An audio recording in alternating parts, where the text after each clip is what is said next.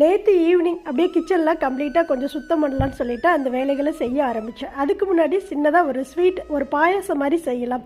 ஏன்னா தம்பி தினமுமே வேலைக்கு போயிட்டு வரும்போதே ரொம்ப டயர்டாக தான் வர்றான். நான் வரும்போதே அம்மா என்னம்மா சாப்பிட்றதுக்கு செஞ்சுருக்கீங்கன்னு சொல்லி கேட்டு தான் உள்ளேயே வர்றேன். அப்படி எனக்கே கொஞ்சம் கஷ்டமாக இருந்தது. சரி, ஓகே, ஏதாவது ஒரு பாயாசம் மாதிரி செஞ்சுட்டு அப்படியே நம்ம வேலைகளையும் செய்ய ஆரம்பிக்கலாம் அப்படின்னு சொல்லிட்டு ஒரு ஸ்வீட் பாயாசம் தான் செஞ்சேன். ரொம்ப ரொம்ப சூப்பராக இருக்குன்னு ஹஸ்பண்டும் சாப்பிட்டேன், அப்படியே தம்பியும் சாப்பிட்டோம். அவ்வளோ நல்லா இருந்தது.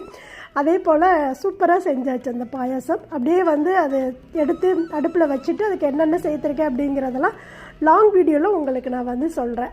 அதை அப்படியே விசில் வர்ற வரைக்கும் நம்மளுடைய அன்னபூர்ணி தாயாரை எப்போதுமே கிச்சன் செல்ஃபில் தான் வச்சுருந்தேன், அந்த நம்மளுடைய கவுண்டர் டாப்பில். இப்போ தனியாக அதுக்குன்னு ஒரு இடம் ரெடி பண்ணி அழகாக தூக்கி இப்போ ஒவ்வொரு பொருளாக அரேஞ்ச் பண்ணிகிட்ருக்கேன். இதோட ஃபுல் வீடியோ அடுத்த பதிவாக உங்களுக்கு நான் கொடுக்குறேன். கண்டிப்பாக பாருங்கள். நம்ம சேனலை சப்ஸ்கிரைப் பண்ணாதவங்க சப்ஸ்கிரைப் பண்ணிக்கோங்க.